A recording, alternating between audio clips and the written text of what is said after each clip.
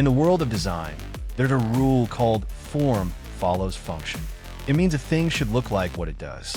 But in the world of Porsche, there's a different rule. Form follows feeling. Most car companies start with a market research team. They look at spreadsheets and decide what will sell. But in 1948, Ferry Porsche didn't have a spreadsheet. He had a dream that shouldn't have worked. He wanted a sports car that was small, efficient, and, most importantly, had the engine in the back. The rear engine problem. High polar moment of inertia, prone to lift-off oversteer. Engineering experts at the time said this was a mistake. They said the car would be unstable. They said it would never be a serious racer. But Ferry didn't listen. There are no robots, no assembly lines, just men with hammers and a vision. The first car, the 356/1, was a mid-engine roadster. But for production, they moved the engine behind the rear axle to make room for two tiny back seats. 356/1 Roadster, aluminum body, 1.1 LVW sourced engine, 35 HP. But as the 356 evolved into the A, B, and C models, something strange happened. These cars started beating Ferraris and Jaguars on tight, twisty roads. Why? Because while the others had raw power, the Porsche had traction. Putting the engine over the rear wheels meant that when you accelerated, the weight shifted back, digging the tires into the pavement. It was a bug that Porsche turned into a feature. Ferry's son, Bootsy Porsche, designed the successor. It was longer, had a flat 6 engine instead of a 4, and was originally called the 901. But here's the first conversation starter for you. Peugeot claimed they own the rights to any 3-digit car name with a 0 in the middle. Instead of fighting a legal battle, Porsche simply swapped the 0 for a 1. And just like that, the 911 was born. But the 911 wasn't an instant hit with everyone. It was expensive, and it was tricky to drive.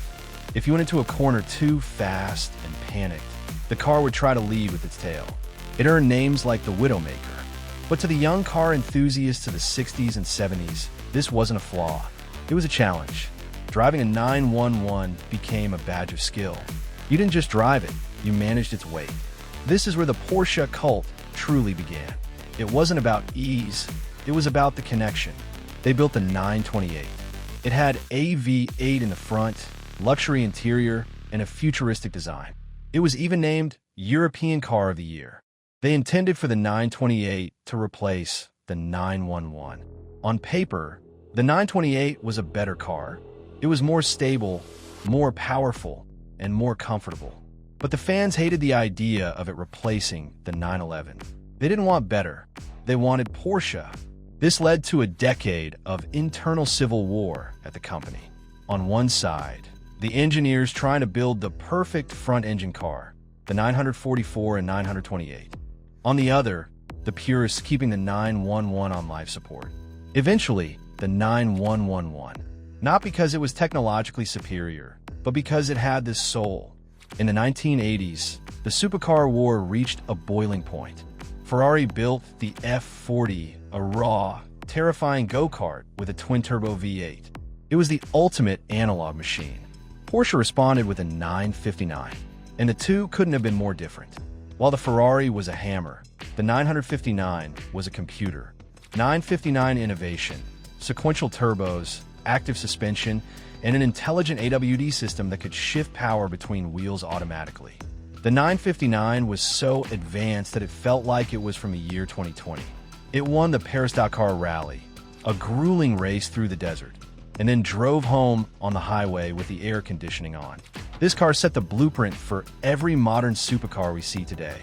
If you love the Bugatti Chiron or the Nissan GT-R, you have the Porsche 959 to thank for their DNA. Every hero has a low point. For Porsche, it was the late 90s. The company was bleeding money. First, they made the 911 water-cooled. For 35 years, the 911 had been air-cooled. The sound, the smell, the simplicity, it was all gone. To make matters worse, they gave it fried egg headlights that looked exactly like the cheaper Boxster. And then, they did the unthinkable. They built the Cayenne. In 2002, the idea of a Porsche SUV was considered a joke. Critics called it a betrayal of the brand's racing heritage. But here is the front seat fact that everyone needs to hear. The Cayenne was a massive hit. It sold so well that it gave Porsche the cash flow to build the cars we actually love. Every GT3, every 918 Spider, every Carrera GT, they were all paid for by the soccer moms and businessmen who bought the Cayenne. Was the Cayenne a sellout? Or was it the smartest move in automotive history? While the Cayenne was making the money, Porsche's engineers were busy building their masterpiece, the Carrera GT. This car is famous for two things. Its 5.7L V10 engine that sounds like a 1990s Formula One car, and the fact that it has absolutely no electronic stability control. No safety nets. Just you, a manual gearbox, and 600 horsepower. It features a clutch made of ceramic that is notoriously difficult to use and a wooden gear knob that pays tribute to the 917 race car. The Carrera GT is often called the last great analog supercar. In a world where cars are becoming more like iPhones on wheels, the Carrera GT reminds us what it's like to be afraid of a machine. And in that fear, there is respect. Today, Porsche has a secret weapon located in a small town called Flacht. This is the GT department. Their job is simple. Take the standard 911 and turn it into a weapon. The GT3, the GT3 RS, the GT2 RS. While the rest of the car world is moving toward luxury and comfort, the GT department is obsessed with downforce and lap times. The GT department is the reason Porsche still has street cred. They're the keepers of the flame. We are entering the most controversial era yet, the era of the Taycan. For the first time, a Porsche has no engine, no exhaust, no gears to shift. To a teenager growing up today, this might seem normal. But to a purist who grew up with the scream of a flat six, it feels like the end of the world. But Porsche isn't just following the crowd. They are fighting for the internal combustion engine. They built a factory in Chile that creates e-fuel. It takes carbon out of the air and turns it into gasoline. This means that in 20 years, you might still be able to drive a classic 911 without killing the planet. Porsche is the only company in the world trying this at scale.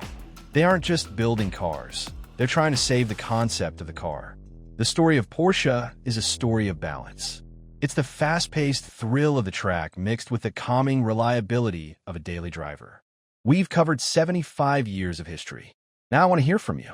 If you had $200,000 today, would you buy the high-tech, lightning-fast Taycan?